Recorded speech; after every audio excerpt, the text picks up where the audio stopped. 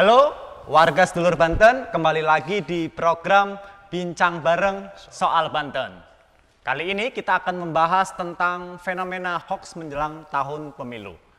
Saya sudah mendapatkan seorang tamu, narasumber yang sangat luar biasa, sahabat saya, Dr. Yuki.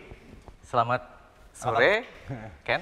Siap. Apa kabar ini, Pak? Baik, Ken. Ya, dan satu lagi Pak Yakub dari Dinas Komunikasi Informatika. Selamat sore. Selamat sore. Jadi Pak Yakub ini tuan rumah ya? Tuan rumah. Tuan rumah. Tuan rumahnya. Tuan rumahnya. Kominfo. Oke, siap. Pak, kita akan membahas tentang fenomena yang belakangan terjadi, dan hari ini kan kita telah masuk ke dalam era perkembangan teknologi informasi itu ya. Banyak hal yang mempengaruhi perkembangan teknologi informasi ini. Soal budaya, soal politik, pembangunan dan sebagainya. Efek positifnya memang kita bisa banyak belajar hal dan mendapatkan akses pengetahuan yang begitu luar biasa itu ya. Hasanah pengetahuan kita bisa dapatkan dengan mudah dengan akses internet yang melimpah ruah itu. Tapi kita punya problem karena dalam banjir bandang informasi ini itu tidak sedikit masyarakat juga yang mengakses informasi yang tentu butuh validasi kebenarannya itu, katakan disinformasi, hoax dan sebagainya. Nah, hari ini saya ingin membicarakan. Nah, sebelum masuk kepada fenomena hoax yang terjadi di masyarakat, Pak, sebenarnya saya ingin minta pencerahan dari Dr. Yuki dan Pak Yakub soal sebenarnya kita ini di era sekarang ini keberkahan gitu, Pak, atau bencana, Pak? Saya kayaknya harus dari Pak Dokter dulu. Jadi Pak Dr. Yuki ini selain beliau mengajar di Universitas Sultan Ageng Tirtayasa, beliau juga ketua masyarakat anti fitnah ya, Wamindo. Saya sebenarnya untuk koordinator wilayah Banten untuk Tutur Nalar. Oh, Tutur Nalar. Program dari Mapindo. Program dari Mapindo ya. Mapindo itu Masyarakat Anti Fitnah Indonesia. Memiliki program Tular Nalar. Oh. Nah, Tular Nalar ini adalah program yang memang digerakkan oleh para akademisi, jaringan lalu jaringan organisasi nirlaba, lalu juga kerjasama dengan pemerintah pusat maupun pemerintah daerah di berbagai daerah. Lalu juga ada beberapa rekanan ya di industri kreatif ya, dan juga di masyarakat adat yang misalnya kita banyak kan masyarakat adat ya di Banten ya, kita berjaringan di situ. Jadi memang pas, Pak, untuk ini gitu ya. Dinas Komunikasi dapat tamu dari teman-teman Tutur Nalar. Ini menarik bahasanya ya, berbicara menggunakan nalar. Saya jadi ingat konsep ruang publiknya Habermas, Pak, bahwa demokrasi ini akan terbangun, akan kuat ketika masyarakat itu rasional, itu ya. Itu. Nah, kembali lagi ke pokok pertanyaan tadi, Pak. Sebenarnya itu ya, perkembangan teknologi informasi ini sebenarnya bagi kita hari ini berkah atau musibah? Gimana, Pak Dr. Yuki? Kalau saya sih melihatnya secara positif, ya kalau kita melihat secara positif bahwa teknologi informasi dengan perkembangan internet di awal ya, kita mengenal internet, lalu juga kemudian pertama kita bisa berkomunikasi melalui dulu ada Yahoo ya, Messenger, lalu kemudian ada Google ya, yang sekarang banyak digunakan untuk menjadi mesin pencari, lalu juga web blog blog tapi bukan go blog tapi itu, Pak, kalau kita nggak bisa mengakses dan nggak bijak itu jadinya goblok, Pak. Tapi kita itu go tapi dipisah blog ya. Kita belajar mengakses di berbagai blog. Mungkin waktu para mahasiswa misalnya kan, para pelajar itu banyak mengakses informasi itu dari blog, di samping media massa. Nah, blog itu kan setelah blog itu banyak digunakan oleh para akademisi, lalu para aktivis-aktivis atau yang disebutnya itu blogger, betul. Ya, di bahkan bidang yang sederhana misalnya di bidang kuliner ya, lalu masuk ke bidang akademik ya, lalu di bidang ilmu pengetahuan yang lain, teknologi dan sebagainya juga semakin perkembangan teknologi ini semakin dahsyat menurut saya, ke microblogging. Seperti misalnya ada Facebook, Ya. ada media sosial yang disebut media sosial seperti itu. Lalu ada juga sekarang ke YouTube ya, ada Twitter ya, yang memang sekarang itu disitulah komunikasi kita gitu ya. Yang dulunya kita berkomunikasi itu secara tatap muka di sebuah warung gitu ya. Di ruangan itu, Pak ya. Seperti sekarang ini Ya, gitu seperti ya. sekarang ini Ngopi-ngopi di mungkin kedai gitu. Ya. saat ini sudah beralih di digital ya. Bagaimana kita berkomunikasi itu tidak lagi tradisional. Ya. Tidak lagi bertatap muka di warung kopi, di angkringan ya. Seperti di Jogja mungkin diskusi itu informasi banyak di warung. Ya. Ya. Ataupun di Banten gitu banyak kan di pos ronda gitu kan. Komunikasi itu didapatkan secara getok tular ya. Satu orang mengetahui informasi disampaikan oleh orang tersebut kepada orang lain. Artinya memang perkembangan teknologi informasi ini mempermudah kita semuanya untuk lebih mendekatkan yang jauh barangkali gitu ya, Pak. Betul kan? Jadi kita biasanya kita misalnya suatu saat kita ingin melakukan, kalau akademisi melakukan penelitian misalnya. Saya penelitian sampai ke Belanda. Kalau nggak ada microblogging seperti Facebook, saya tidak bisa mungkin ke Belanda karena saya berkomunikasi dengan orang Belanda. Waktu itu penelitian saya tentang orang asli Papua di Belanda. Saya tidak satupun mengenal orang asli Papua di Belanda. Tapi dengan adanya Facebook, saya diberikan nama Facebooknya oleh teman saya di Jayapura, di Papua, seorang ASN.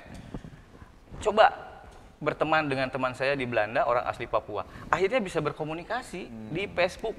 Dia tidak akan memberikan nomor telepon, tetapi berkomunikasi hingga waktu di Den Haag, itu di Belanda, komunikasi lewat Facebook, Messenger Ya. sampai saat ini. Iya. Jadi itulah menurut saya positifnya kita tidak sampai beda benua gitu ya, ratusan ribu kilometer dari Indonesia. Saya bisa melakukan penelitian sebagai akademisi dengan lancar. Itu tidak satu orang, ada beberapa orang yang memang diketahui melalui microblogging ini atau Facebook. Itu positif loh. Positif. Sisi positif yang ada dalam sekarang teknologi gitu ya. Jadi memang teknologi pasti posisinya serba di tengah ya. Betul. Tinggal pemanfaatannya ke kanan atau ke kiri. Jadi ketika tadi Pak Doktor mengatakan betapa jarak yang begitu jauh itu bisa diringkas. Betul. Karena menggunakan media sosial dalam hal ini Facebook gitu Pak ya. Betul. Jadi sekali lagi mungkin Pak Moderator bahwa paket tinggal pemanfaatannya. Kalau kita memang yang mau positif, sekarang kita mungkin yang lagi ininya kita bisa belanja lewat marketplace. online shop ya. Online shop nih yang biasa dipakai ibu-ibu kan. Tapi itu beberapa rangkaian yang mungkin sisi positif dari sebuah teknologi. Sekali lagi pemanfaatannya mungkin begitu ya Pak. Artinya memang posisi teknologi itu kan dia objek ya. Dan tinggal kita sebagai manusianya itu mau smart atau tadi go yang disambung. Sebenarnya media sosial, blog, ataupun misalnya internet atau misalnya media online, media mainstream ya, itu adalah alat saja sebenarnya untuk berkomunikasi. Jadi kita bagaimana kita memanfaatkan dulu kan kita bisa berkomunikasi dengan telepon sama saja sebenarnya. Lalu ada fax ya, ada pager dulu itu ya, itu kan komunikasi. Nah sekarang kedahsyatan perkembangan teknologi ini ya kita manfaatkan sebaik mungkin untuk kepentingan kita di bidang apapun. Mungkin ya kalau yang hobi di bidang seni, ketika dia bisa mengekspos di microblogging atau misalnya di Instagram atau di YouTube ataupun di di Facebook, ya mungkin bisa go internasional, dikenal oleh masyarakat internasional. Salah satunya juga terkait dengan mungkin COVID kemarin, Pak. Betul. Bagaimana kita dijadwal bekerja itu kan tidak full di kantor, ada dulu dari rumah ya. Dan itu ternyata bisa berjalan. Bisa berjalan kantor kita, artinya pekerjaan kita di rumah, lalu kalau udah beres kita kirim apakah lewat email atau lewat medsos dan lain sebagainya. Pak Yakub bisa sambil rebahan gitu. Kira-kira begitu Pak Dokter. Bisa juga dari Tapi rumah. Pak, belajar dari pengalaman kemarin peristiwa pandemi COVID itu kan juga kita dipaksa betul itu ya menggunakan teknologi informasi ini untuk tadi bekerja, kemudian tetap mengaktualisasi diri kita.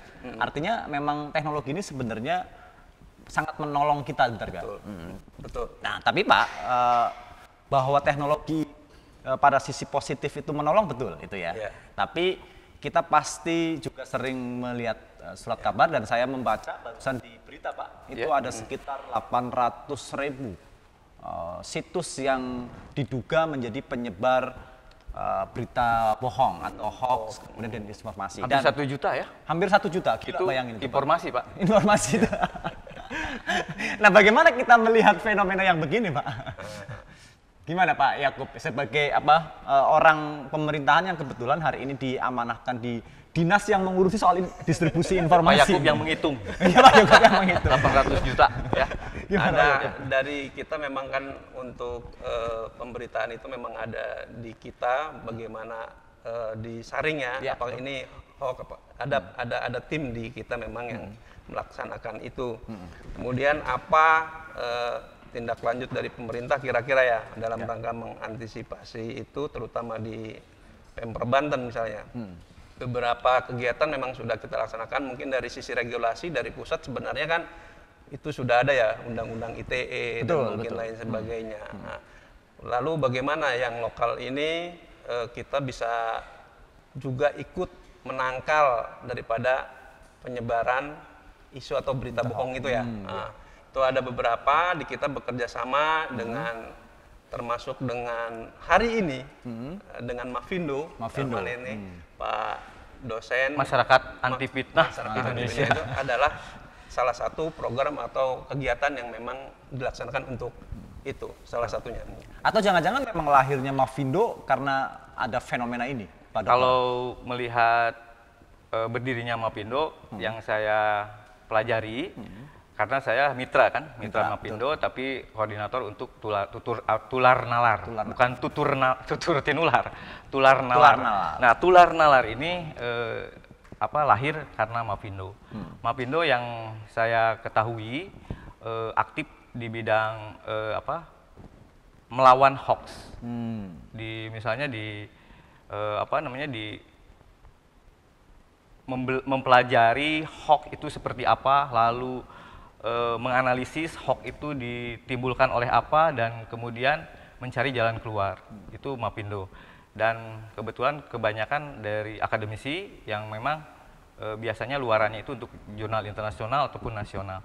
Jadi mereka berpikir menganalisis ini hoax itu kenapa sih munculnya itu di Indonesia itu ketika ada sebuah peristiwa politik misalnya. Sebelum sampai ke sana Pak, sebelum sampai ke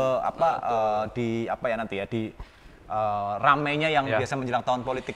Sebenarnya seberapa bahayanya Pak efek yang ditimbulkan hoax itu ya dalam kehidupan kita berbangsa dan bernegara? Mungkin Pak Yakub yang orang pemerintahan juga pasti kan sering tuh, apalagi kan di Kementerian Kominfo juga saya gencar itu. Kalau pemerintah, dari kacamata pemerintah seperti apa Pak? Ya memang tentu tadi ya bahwa teknologi ada di tengah itu, pemanfaatannya ke kanan dia positif, yang ke kiri mungkin negatif. Jadi tetap upaya pemerintah dalam hal ini pemerintah provinsi Pak ya. Kalau di tingkatan menutup akun itu memang di pusat. Nah, pemerintah daerah dalam hal ini tidak punya kewenangan untuk itu. Tapi di kita seberapa bahayanya tentu saja banyak kali contoh-contoh persoalan-persoalan atau permasalahan-permasalahan ya yang memang tentu saja sangat mengganggu di masyarakat terkait dengan bahaya dari hoax ini ya. Mungkin gitu kira-kira. Kalau dari teman-teman tular nalar itu melihatnya seperti apa, Dok?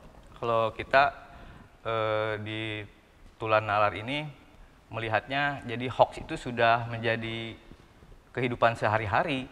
Jadi bahkan kita pun secara tidak sadar di media sosial misalnya atau dibikin status aja hal-hal ringan seperti itu, kadang-kadang kita menyebar hoax juga. Misalnya Ken lagi rebahan nih, tapi Ken nggak mau diganggu misalnya kan. Apa pekerjaan yang tidak diganggu, misalnya memancing. Memancing itu kalau orang memancing sudah hobinya memancing nggak bisa diganggu kan. Mancing ikan gitu. Bikin aja status. misalnya agar teman-temannya tidak mengganggu. Duh, asik nih mancing di di waduk Sindang Heula. Di sini dekat ya. Iya, betul, dekat. Jadi, wah, aduh asik banget nih gitu kan. Suasana sore hujan rintik-rintik sambil mancing di waduk Sindang Heula. Ataupun misalnya di kita mancing di kolam siapa gitu, Pak Haji siapa gitu ya, Pak Jasep misalnya kan. Ya. Nah, itu kan menjadi dia padahal ada di rumah, Ya. misalnya sambil rebahan, gogoleran gitu ya.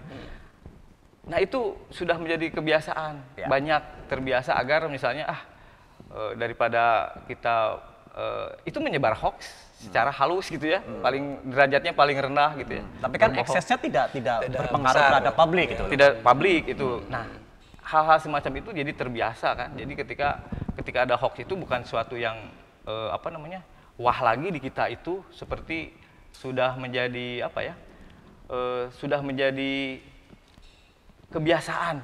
Jadi ya habitat dalam kehidupan ini. Jadi kalau ada hoax itu kadang-kadang ketika ada informasi yang beda, yang unik, yang menarik, kita baca, kita gatal. Jari kita itu langsung share gitu. Oh, ini Ya. bagus nih, Ya. teman grup saya belum tahu gitu ya, share lagi.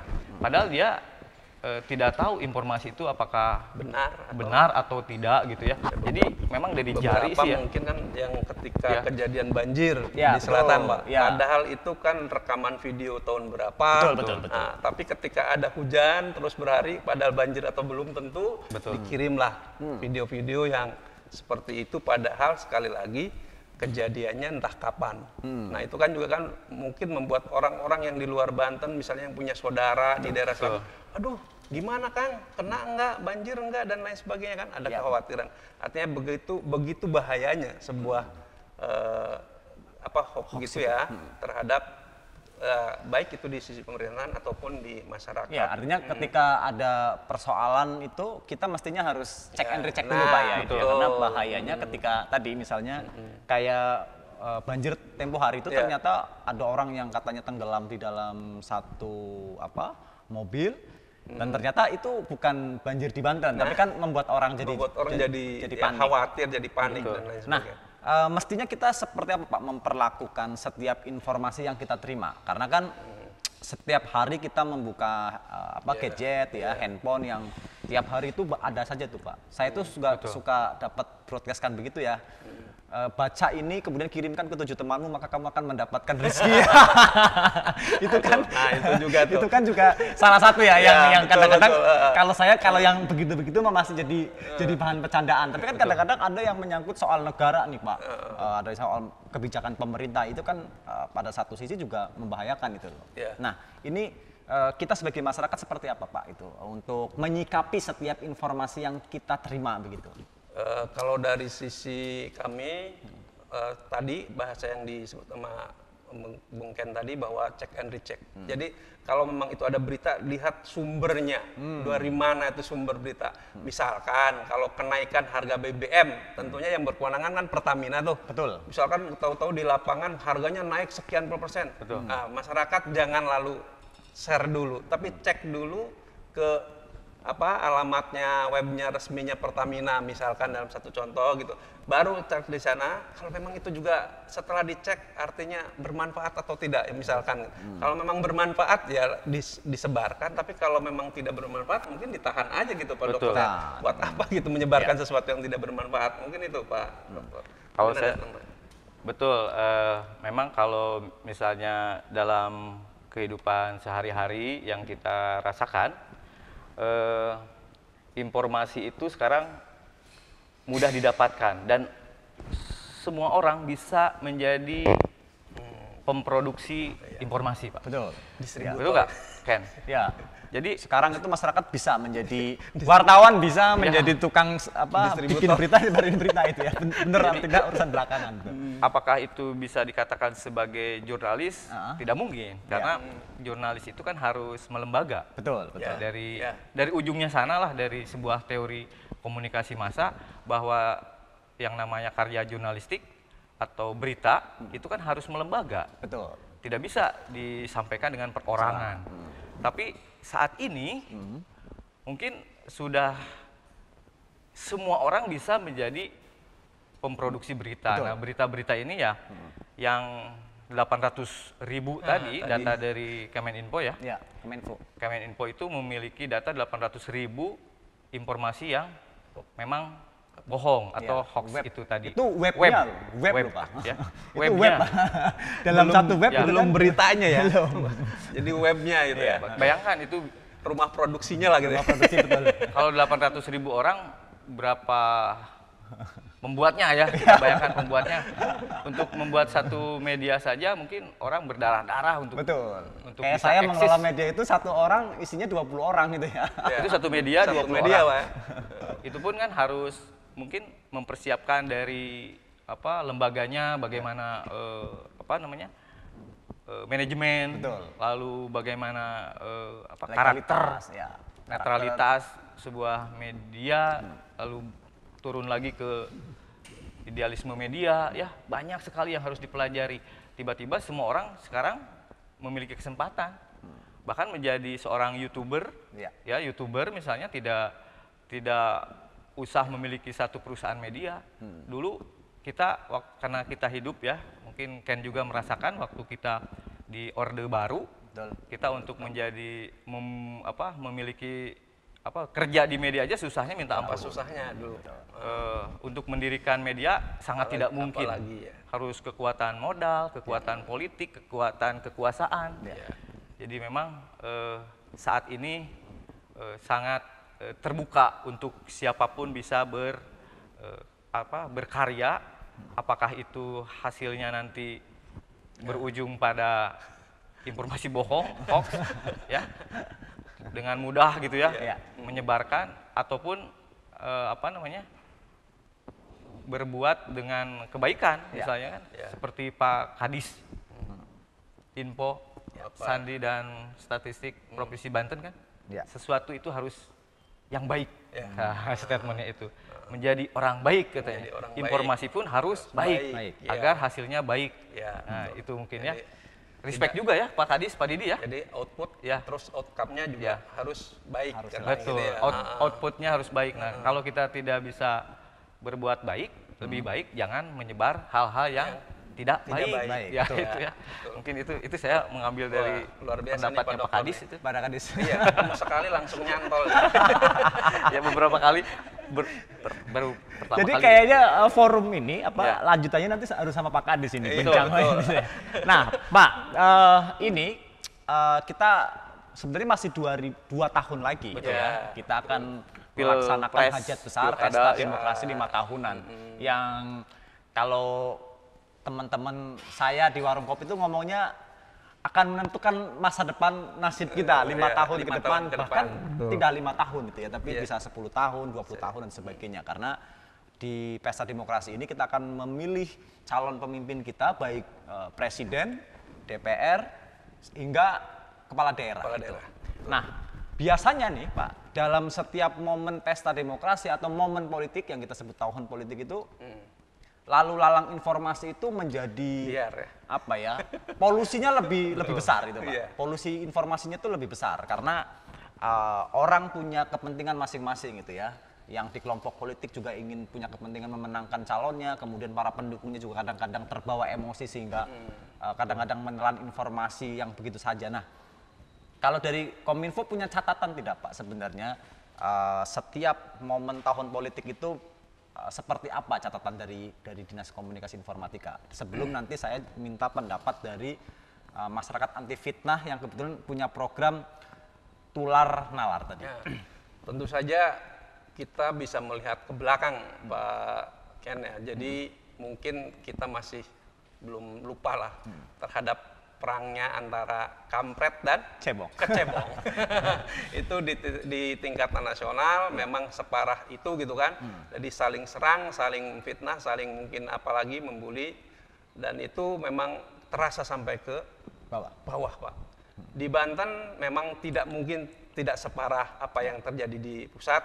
Kontestasi kita di pilkada yang terakhir memang tetap adalah berita-berita yang menjadi catatan kita, beberapa hal terkait perang apa itu namanya Pak Ken itu. Perang Jadi, antar pendukung lah ya. perang antar pendukung mendukung menjelang pilkada dulu kan ya.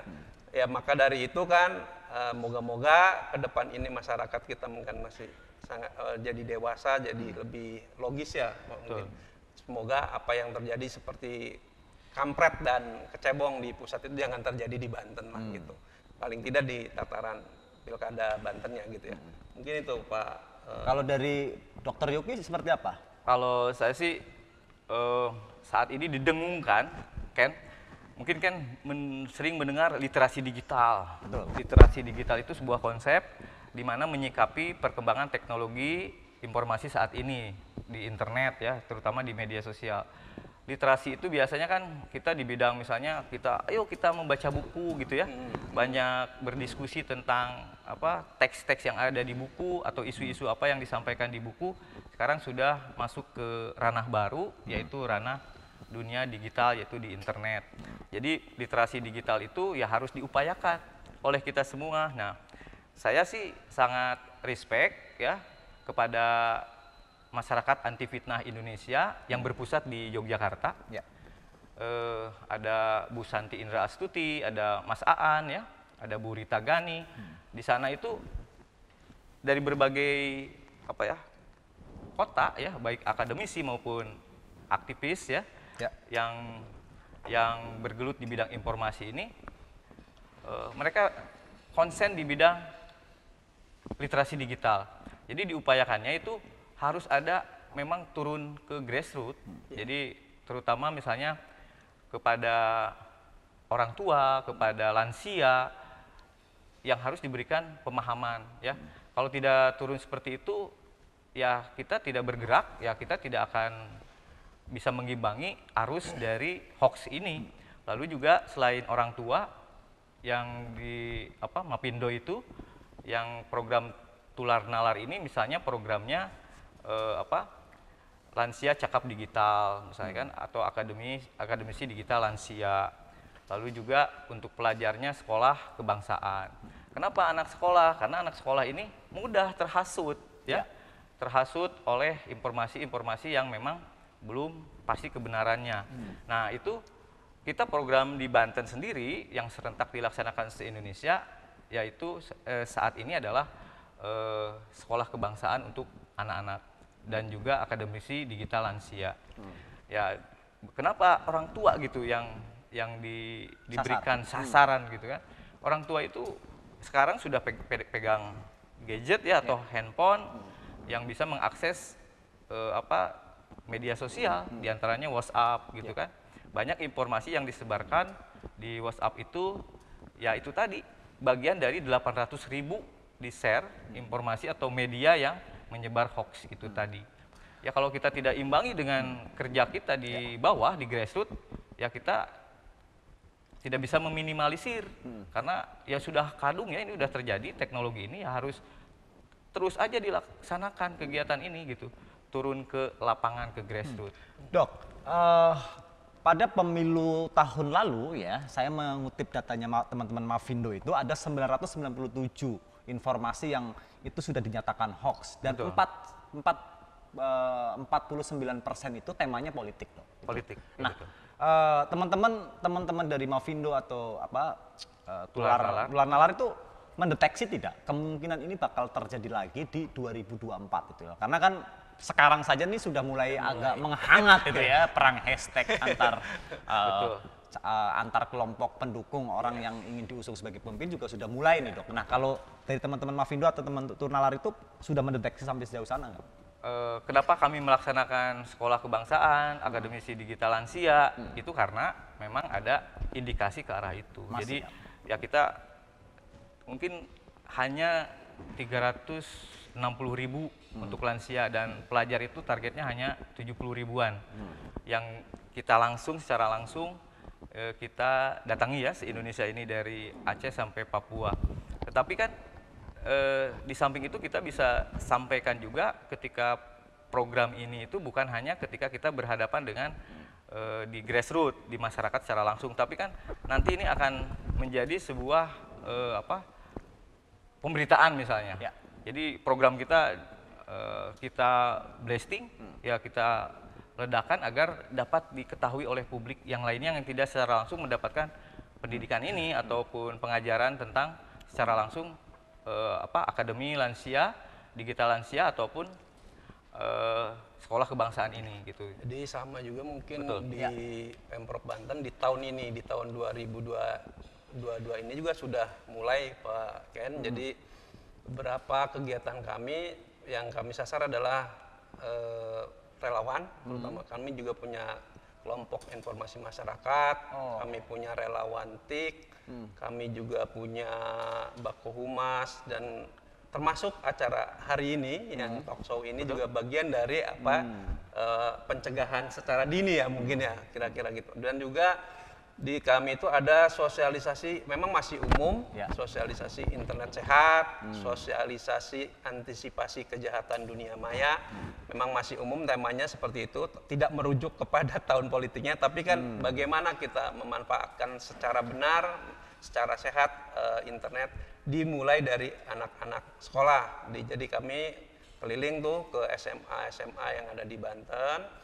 Kemudian juga dengan relawan kita tetap bekerja sama untuk juga membantu menyebarkan informasi-informasi positif tentunya kepada masyarakat.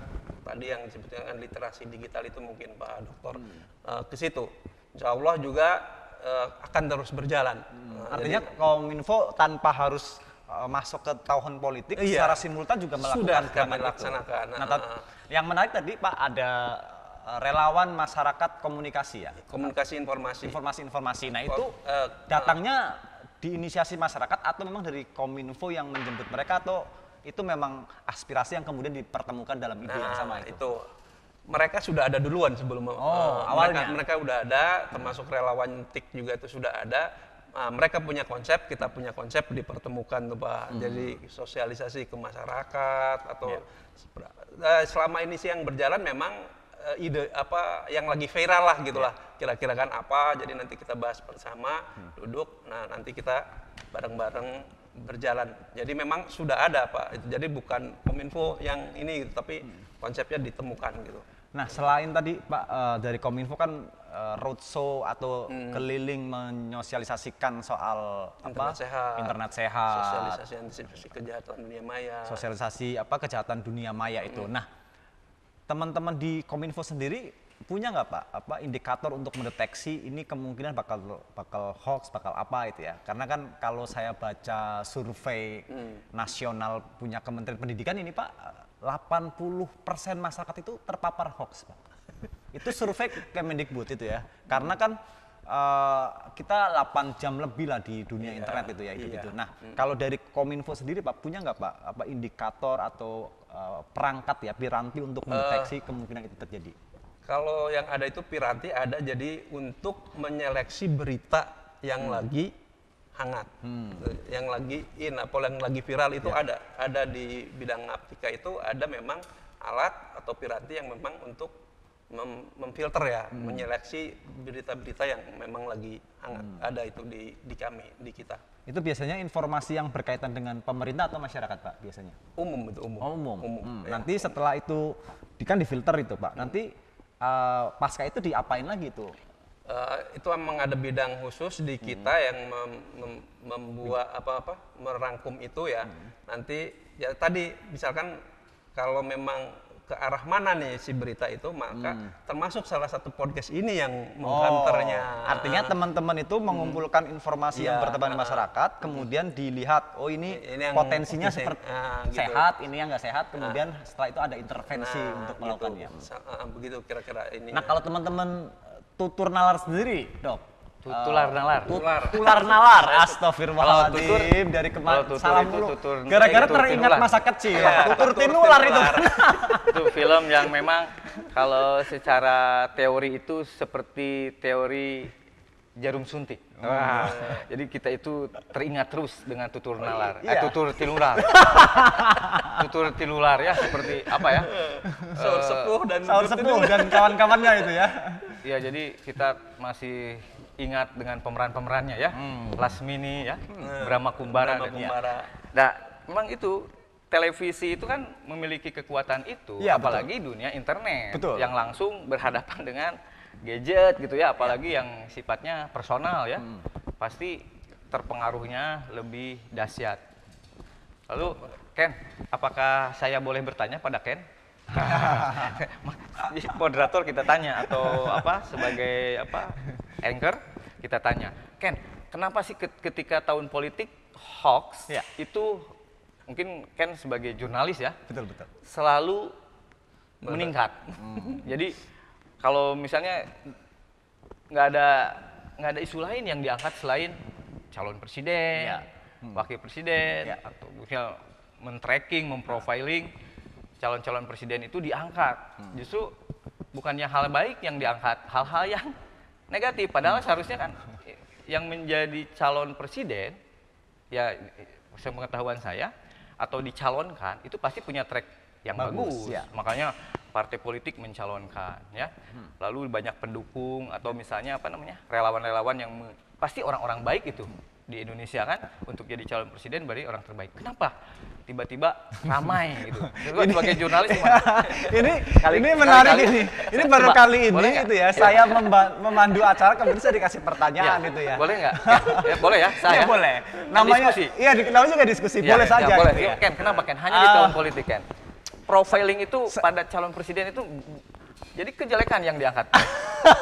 Coba, apakah jurnalis juga berbuat seperti itu atau oknum-oknum yang pembuat hoax ini? Atau harusnya ini ditanyakannya kepada konsultan politik. Oh ya, bukan kepada jurnalis gitu ya. Kalau jurnalis itu kan lebih memberitakan fenomena yang terjadinya. Kendati memang jurnalis itu juga punya peran penting ke dalam membangun ekosistem demokrasi kita itu ya. Karena saya baca itu ada buku judulnya The Death of Actors, kematian pakar. Salah satu yang menyebabkan demokrasi kita kurang sehat itu karena produk jurnalistik gitu ya.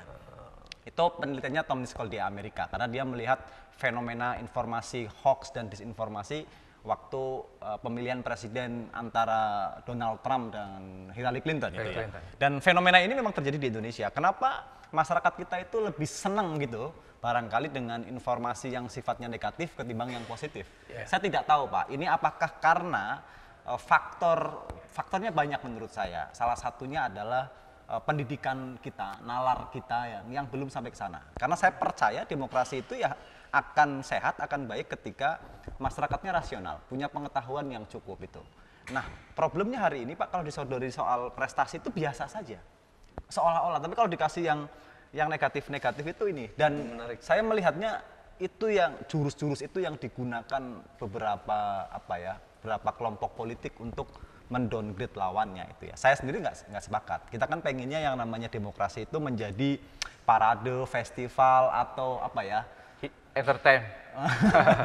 menjadi membahagiakan gitu ya. Membahagiakan kita itu ya kan, karena pada prinsipnya siapapun yang terpilih itu adalah putra putri terbaik gitu ya. Kan nggak mungkin Pak. Ya jangankan presiden, gubernur aja pasti terbaik gitu. Bupati pasti orang yang terbaik di daerah gitu ya. tersebut.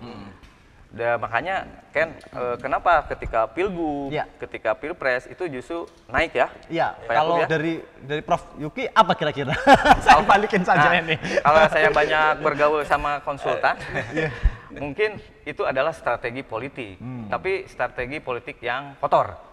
Strategi politik yang kotor adalah dengan cara-cara menjatuhkan atau memprofiling seseorang itu hal-hal yang buruk. Apakah hal buruk itu bisa diciptakan? Mungkin ada strateginya, ada teorinya juga. Ada teori. Ada teorinya untuk misalnya dalam membuat sebuah di media massa kan ada agenda setting. Ya. Dan kalau di media kan ada bad news it's good news. Bad news it's good news. Jadi sesuatu yang buruk itu akan menjadi daya tarik pembaca. Audiens atau publik untuk membaca sebuah media massa. Kalau hal-hal yang baik disebutnya pencitraan. Padahal pencitraan itu baik. Nggak usah disebut pencitraan lagi. Tapi ketika ada hal-hal yang baik diekspos tentang seseorang, itu mah pencitraan. Nah itu mah pencitraan. Nah kenapa ada masalah dengan pencitraan? Itu hak semua orang. Ken menggunakan jas seperti ini panggung depannya Ken. Betul nggak? Betul. Nggak ada baju lagi kalau ini Bro. Ken ingin terlihat citranya di depan layar adalah seorang Ken yang Profesional ya. profesional dan memang itu wajar. Kenapa harus disebut pencitraan? Betul. Misalnya seseorang membangun stadion, Betul. gubernur, Ya. pencitraan, itu ngebangun loh, susah ngebangun itu. Betul.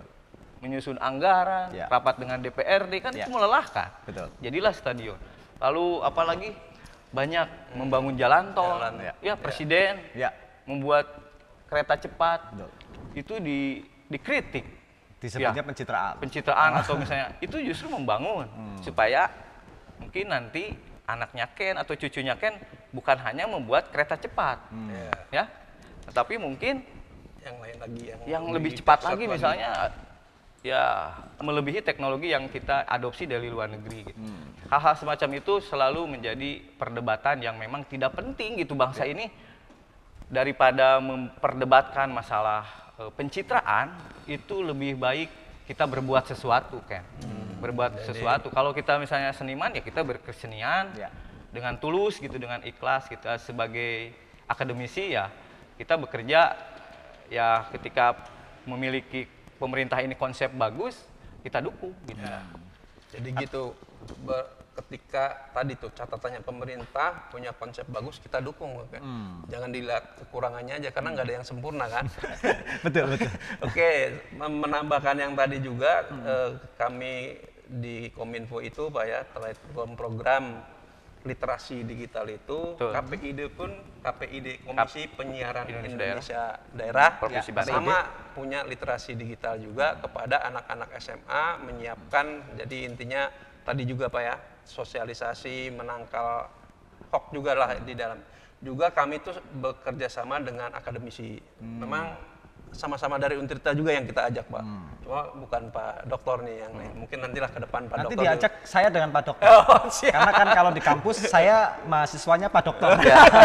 Dan juga sama dengan penegak hukum Pak. Iya, iya. Dengan Polda Banten juga sama bagaimana efek tentunya ya Iya. dari hoax itu apa secara hukum. Tentunya pasal-pasal di Undang-Undang ITE itu sebenarnya sudah begitu mengerikan kalau kita melihat itu kan. Artinya kita mulai menyiapkan dari dini tuh Ya. Pak Ken. Jadi anak-anak SMA, anak-anak SMK kita itu kita kasih pengetahuan itu agar benar-benar menggunakan internet itu untuk hal-hal yang positif, yang sehat, yang bijaksana gitu. Tapi kalau dari apa ya pendataan yang dilakukan Dinas Komunikasi Informatika di Provinsi Banten, memang ada grafik kenaikan Pak, informasi disinformasi atau hoax lah katakan begitu di Provinsi Banten itu cenderung meningkat atau ya biasa-biasa saja antara tahun politik dengan ini kalau dari Kominfo di Provinsi Banten Pak? Pastinya Pak. Pasti. Kalau di menjelang tahun politik, apalagi nanti itu kita kan sama-sama ya pilkada iya, pilpres iya, DPR lagi, pileg juga iya kan? Ya. Itu pastinya Pak. Biasanya kecenderungannya terus meningkat dan memang kita harus antisipasi jauh-jauh hari. Setidaknya kita harus berupaya, berusaha, bergerak untuk menciptakan suasana yang kondusif dan memberikan semacam pengetahuan kepada masyarakat agar bersifat bijak gitu. Ya. Ya, tadi saya pengen nyambung soal tadi Dok, bahwa kalau dari penjelasan Dr. Yuki ini kan kenapa hoax itu meningkat di tahun politik ini bagian dari strategi politik gitu ya, dari kandidat itu. Apakah memang harus dengan menggunakan informasi yang katakan bohong gitu ya untuk memenangkan itu? Sementara ini kan pertaruhannya luar biasa ini Pak Dokter. Pertaruhannya adalah persatuan bangsa itu. Bayangin aja. NKRI ya. Dikotomi tahun 2024 tuh 2014 yang lalu itu masih 2019 itu masih sampai sekarang gitu. Dan itu seperti bara dalam sekam itu ya. Artinya ini bisa mengancam keselamatan bangsa kita. Nah, sekiranya seperti apa langkah bijak yang perlu dilakukan para politisi dan kita semua lah sebagai masyarakat Indonesia untuk menyambut pesta demokrasi ke depan itu menjadi pesta yang benar-benar menceriahkan, membahagiakan dengan penuh gembira itu harus seperti apa kira-kira Pak Dokter? Ya untuk masyarakat Banten pada khususnya dan masyarakat Indonesia, saya sih apapun itu, siapapun menjadi pendukung atau konsultan politik atau strategi marketing politik yang bekerja, itu bekerja dengan latar belakang bahwa kita itu satu Indonesia gitu. Jadi kita punya kepentingan masa depan, kita juga buat apa kita membuat sebuah kemenangan dengan cara yang misalnya tidak fair, dengan menyebar hoax atau berita bohong. Tunjukkan saja para kandidat atau calon presiden atau misalnya pemimpin-pemimpin di daerah itu dengan kemampuannya. Toh kalaupun kita lebih kreatif dalam membuat sebuah konten misalnya dalam di dunia digital saat ini, apakah itu dengan video misalnya kan, video itu bisa dibuat animasi, bisa dibuat apa namanya dokumenter, bisa dibuat fiksi sekalipun dengan cerita-cerita yang unik, yang menarik, itu akan justru akan lebih sehat persaingan tanpa kita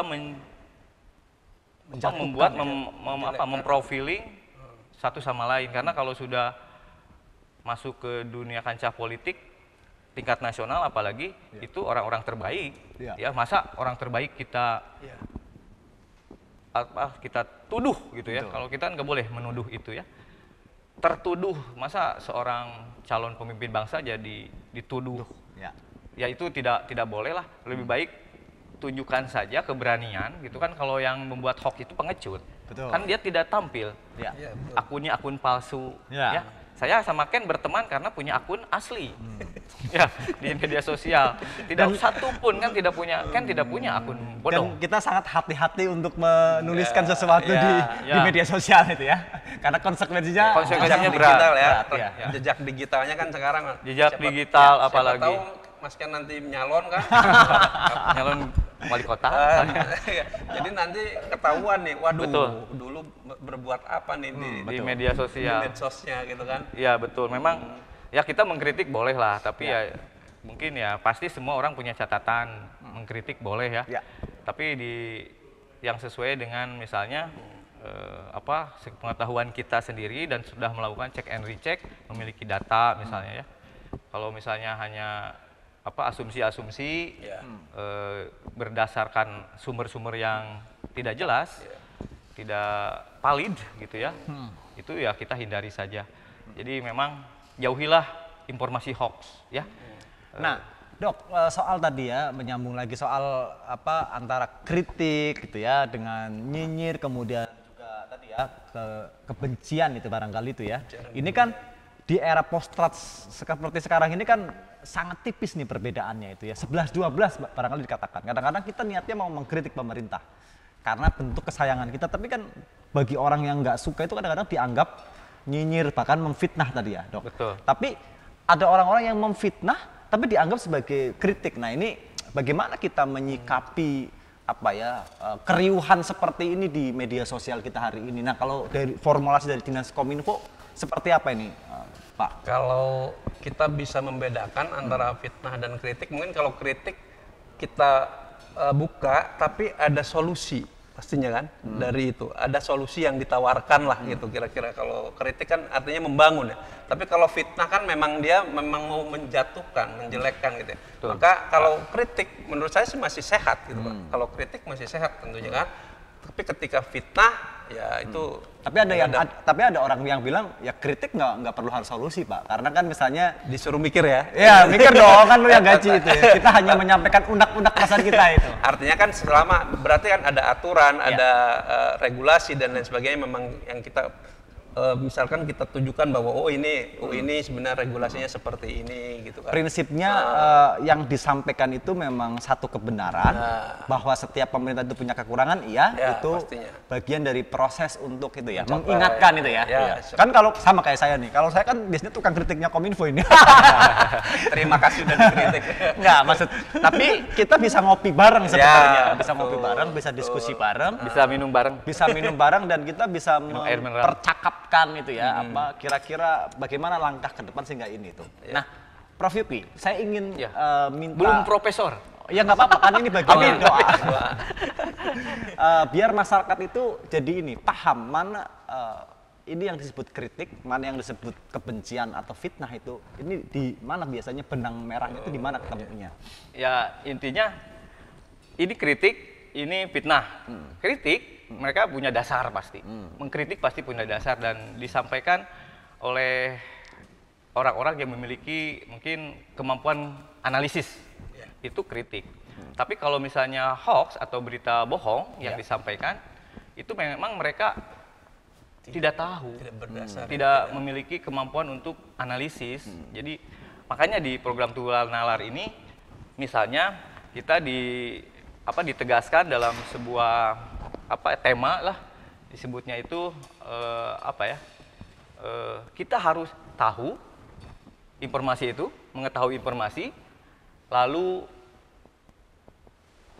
tanggap, kita harus bisa menanggapi informasi tersebut, lalu kita harus tangguh terhadap informasi yang disampaikan dimanapun, apalagi di media sosial, di dunia maya, di internet. Lalu Tular Nalar juga memiliki dasar berpikir bahwa masyarakat Indonesia, baik pun lansia, baik pelajar, harus memiliki rasa kebebasan berpikir. Tadi Ken menyatakan bahwa harus ada kebebasan berpikir dalam kehidupan ini. Memang kebebasan berpikir berbeda dengan kebebasan berpendapat, berbeda dengan kebebasan yang lainnya kan. Kebebasan berpikir kita harus memiliki kemampuan untuk menganalisa, tanggap terhadap semua informasi, lalu juga tangguh ketika kita mendapatkan informasi. Jadi tangguh itu kita punya fondasi atau benteng. Ya, benteng kita yaitu dengan salah satunya adalah kita membaca suasana era digital ini, ya, atau tangguh dengan berbagai macam informasi, ya ditunjang dengan kita harus menanggapi dalam pikiran kita. Kebebasan berpikir kita itu jangan dibiarkan informasi baru dapat judulnya saja share ke grup, ya. Nah, itu takutnya orang itu hanya tahu saja, tidak tanggap gitu. Ya, selain tanggap juga kita harus tangguh. Itu ketangguhan kita menerima informasi menjadi catatan di pertemuan ini ya. Yang memang oleh Tular Nalar ini memang menjadikan sebuah sebuah branch lah ya. Kita harus mampu tahu itu bukan sekedar tahu. Ya. Tahu itu bukan tempe. Ya, tempe itu kalau digoreng enak gitu ya. Atau tahu itu kalau digoreng enak juga ya. Tahu itu bukan sekedar tahu. Sekedar tahu. Tahu bulat digoreng dadakan itu ya. Bukan, ya. Bukan. Bukan seperti itu. Jadi bukan hanya tahu menjadi dimakan langsung, tapi tahu kita harus bisa menanggapi, lalu kita juga menanggapi itu kita menganalisis ini berita bohong atau benar dengan mencari data. Setelah itu kita akan tangguh. Kalau kita tangguh, mungkin tidak ada surshare asal share gitu ya, informasi asal share gitu.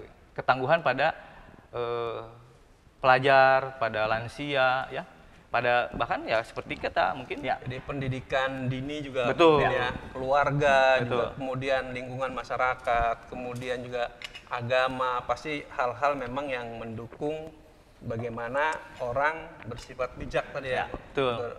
Jadi apa-apa yang sehat yang bisa diunggah atau di-share seperti itu. Jadi tapi terus kalau Kominfo provinsi mengawal terus itu, Pak. Jadi kita terus memberikan sosialisasi kepada masyarakat, mungkin di level SMA atau tadi kalau Pak Vindo di level lansia juga. Kalau kita belum nih Pak, level lansia. Oh, level nanti lansia. belum. Kita ke lansia. Nanti diajak Pak. Tapi kalau ke lansia kita belum, tapi kepada komunitas ya tadi relawan tadi, kemudian kepada anak sekolah yang pastinya kan mungkin yang hari ini kita berikan informasi atau kita berikan literasi itu dia akan menjadi pemilih di tahun 2024 nanti kan. Nah, artinya kita sudah siapkan itu. Usaha kita sudah seperti itu gitu. Betul. Pak Dokter dan Pak Ken gitu ya. Jadi terus upaya kita tuh terus berkelanjutan seperti itu. Artinya sebelum pun tadi Pak Ken bilang sebelum tahun politik pun kita sudah jalan. Gitu. Betul Ken. Tidak terasa waktu tinggal beberapa menit lagi Ken. Tapi saya ingin menyampaikan Ken, apa yang disampaikan Pak Yakub, barusan Pak Yakub bercerita itu bukan bohong. Saya baru pertama datang ke Kominfo beberapa kali dulu ya, tapi untuk serius, berbicara serius tentang ADL, Akademi Digital Lansia ini, dan SK, Sekolah Kebangsaan, itu langsung oleh Pak Cacung di ACC. Sambut itu ya? Langsung disambut, ini bagus, ini Pak Yoki. Kata saya, kan saya baru pertama Bapak, kenapa Bapak begitu percaya? Kan sering ngopi bareng kita dulu. Itu hal semacam itu. Pak Kadis, Pak Didi langsung menyambut. Pak Yoki perlu apa? Kan? Itu Saya bawa mahasiswa. Dukungan Pak. kepada lansia ya. Ya, Akademi ADL, Akademi Digital Lansia dan Sekolah Kebangsaan itu langsung didukung. Padahal baru bertemu, presentasi aja cuma 5 menit. Apalagi kalau presentasi setengah jam. Nanti itu harus diobrolin lebih lanjut di belakang layar, Pak. Karena teman-teman warga seluruh Banten ternyata kita tidak terasa sudah di penghujung acara, dan kita berharap bahwa pesta demokrasi ke depan itu menjadi pesta kita bersama yang membahagiakan, yang mengembirakan, dan sama-sama kita mengikhtiarkan untuk mendapatkan pemimpin yang bagus sehingga masa depan kita lebih cerah. Setidaknya generasi setelah kita itu menjadi generasi yang bisa menikmati dari apa yang kita lakukan. Nah, terakhir Pak, sebelum saya menutup acara hari ini, apa yang ingin disampaikan kepada seluruh masyarakat Provinsi Banten, sedulur warga Banten, dan masyarakat Indonesia pada umumnya? Kita mulai dari Pak itu dulu. Pada warga sedulur Banten, sebentar lagi kita memang memasuki tahun politik. Tentu saja hoak pasti bertebaran dimanapun. Jadi kita sebagai warga harus wajib menangkal hoak dengan ini lama dari internet saat itu, unduh yang sehat, unggah yang bermanfaat. Bagus sekali.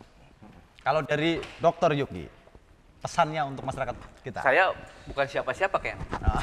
Jadi saya tidak bisa memberikan pesan yang seperti menggurui, tetapi saya ingin menyampaikan sesuatu yang saya ketahui saja, bahwa memang kita bangsa yang Bhinneka Tunggal Ika, berbeda-beda, ya, baik budaya, ya, agama, suku, ras. Kita harus dari Sabang sampai Merauke itu adalah saudara, ya. Saudara itu setanah air, ya. Kita cintai negara ini, jangan lagi terjadi perpecahan, ya. Kita harus dengan tetangga harus baik, ya. Di kantor atau di tempat kita kerja harus baik dengan teman kita, ya. Jadi kalaupun misalnya siapa suka siapa, calon presiden, calon gubernur, bupati, ya netral saja, bebaskan pikiran kita. Namanya kebebasan berpikir, ya. Jadi tidak usah kita ada dikotomi, wah memilih si A calon presidennya bermusuhan. Ya. Nah itu janganlah, biasa saja. Toh kita juga tidak diuntungkan. Betul. Kalau kita tidak bekerja, ya lebih baik kita bekerja saja. Dan berkarya. Siapa tahu kita juga terpilih nanti, misalnya Ken jadi wali kota. Amin. Betul nggak? Betul. Ya, saya misalnya terpilih juga, minimal jadi rektor. Jadi rektor. Bukan ya. Oke, terima kasih Dr. Yuki, Ya, Pak terima kasih. Faruk. Ya. Sampai ketemu di edisi bincang bersama di edisi depan, bincang bareng, betul. Di edisi ke depan. Dialog gitu ya. ini mah diskusi lah. Terima kasih banyak atas kesempatan dan waktunya, atas pencerahannya, dan ini menjadi pengetahuan baru buat saya. Dan untuk sedulur warga Banten, sampai ketemu di edisi bincang bersama, bincang bareng soal Banten di edisi berikutnya. Semoga apapun yang kita diskusikan hari ini, yang kita perbincangkan hari ini, menambah informasi kepada kita, agar kita selalu mawas diri dan selalu mengupdate pengetahuan kita. Karena jarimu harimaumu. Sampai ketemu. Betul, Ken. Menarik sekali, Ken. Terima kasih, Ken. Banyak terima kasih.